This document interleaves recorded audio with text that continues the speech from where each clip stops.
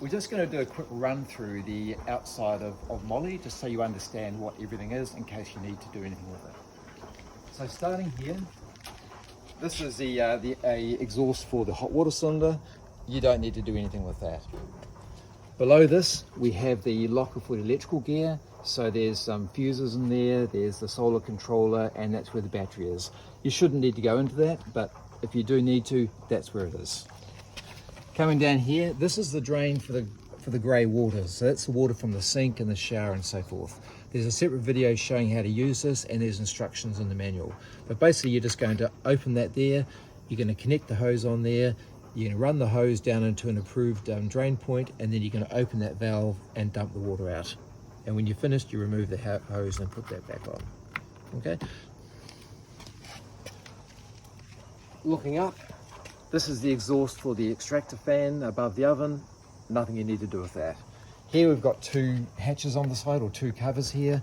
Inside this cover is the connection point for the cold shower, cold external shower. And there's instructions on how to use that. This is the connection for the mains, and as you can see, we've got it plugged in. So just running you quickly how to use it. You need to push that down, and then you can pull. Sorry. Yeah, push it down. You need to push that down, then you can remove the plug. Okay, it's important to push that down, otherwise you're going to break something. When you want to plug it in, you need to get that cap there sitting at about 90 degrees, so it can go above the socket, and then you just push it home.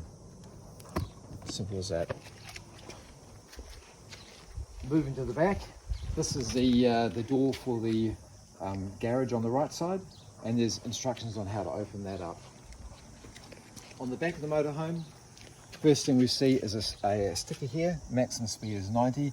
This is classed as a heavy vehicle, and it can only go 90 kilometers an hour, otherwise you're going to be getting speeding tickets. Up here we've got the reversing cameras. They're nice new ones. They work really well. Coming down here we've got a bike rack that's capable of carrying 2 e-bikes. It's a pretty simple operation. That just drops down, open the straps up, bikes sit there. You can adjust those left and right depending on the size of the bike, and these here, you adjust those and they just clip around the bike.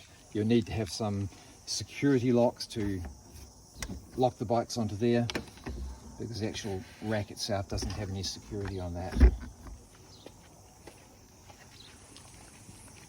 On the other side, we've got the garage locker on the left side. We've got a little clip here which is for the awning supports to clip into, and we recommend that you don't use those. This here is a water filling point. There's a separate key for unlocking that, and you then just put a hose in there and fill it up until the water overflows, making sure that it's good clean water, please. This is the hatch for the toilet cassette, and you'll need to open that in order to get the cassette out to empty the toilet waste. Coming up to here, here and here, these are the vents for the refrigerator and freezer. Now what's important about that is that if it's a hot day, you want to try and park with these in the shade, because that makes the refrigerator work the best. You also do want to make sure the motorhome is parked level, because if it's not level, the refrigerator is not going to work on gas particularly. This here is the exhaust for the diesel heater. Don't need to worry about that. This here is the catch for the habitation door, which you should always engage whenever you open that door, because if the wind catches it, it might blow it shut and cause some damage.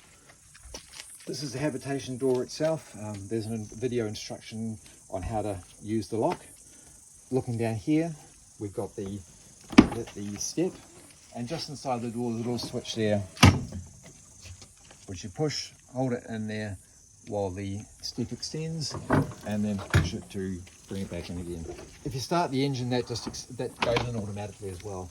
Above the door, there's a light, and this is operated by this switch here, on and off.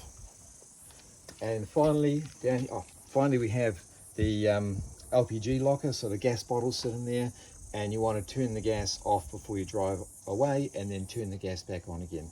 So in here we've got a little control, which is a dual control pad, which isn't available to hirers. And just one last thing, looking up the top, we've got a very long awning, and that can be used, but we say you must exercise extreme caution, there's a lot of damage caused by these being used incorrectly, because what happens is that the wind picks up the awning and whips it over the top of the motorhome.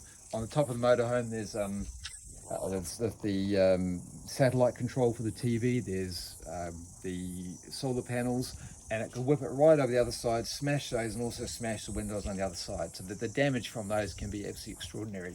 So please don't use this unless there's two of you to help put it out and bring it back in again.